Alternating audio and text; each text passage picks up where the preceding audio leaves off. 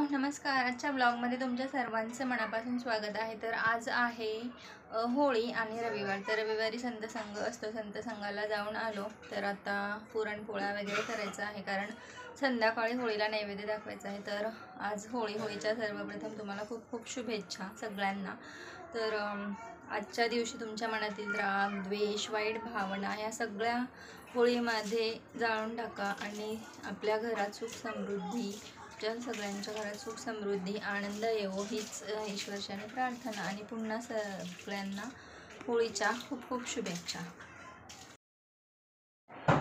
तर पुरणपोळ्या, भात, नंतर आमटी, पापड असं पूर्ण नैवेद्य करून ठेवला होता. आणि मग नैवेद्य सर्व ताटामध्ये भरून घेतला.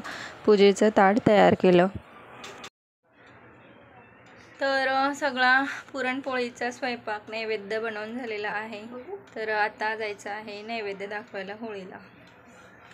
तर पूजेचं ताट घेऊन आईच्या इकडे गेले मी. तिथे छोटीशी होळी तयार केली, म्हणजे होळी सजवली होती. तर पूजा वगैरे केली बहिणीने आणि मी.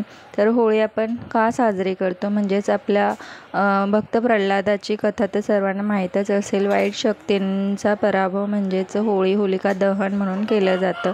तसेच मग आपल्या मनातील वाईट भावना म्हणजे अहंकार, राग, द्वेष, निंदा ह्या सगळ्या भावना आपण आपल्या होळीमध्ये जाळून टाकायला पाहिजे आणि आपल्यामध्ये चांगले विचार आणले पाहिजेत असं मला वाटतं. तर अशा पद्धतीने होळी आम्ही पूजा वगैरे केली, प्रार्थना केली आणि मग होळी पेटवली. आणि मग मोठ्या होळीला नैवेद्य दाखवायला गेलो. तिथेही नैवेद्य दाखवला, पाया पडलो.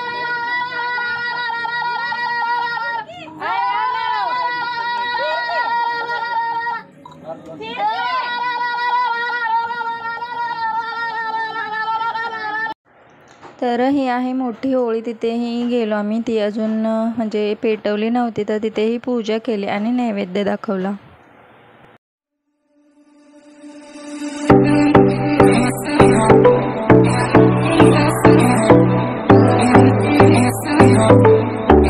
तर आजचा हा होळीचा छोटासा ब्लॉग तुम्हाला कसा वाटला कमेंट करून नक्की सांगा. आणि चॅनलवरती नवीन असेल तर नक्की सबस्क्राईब करा. Thank you. Stay happy, stay connected, stay always positive.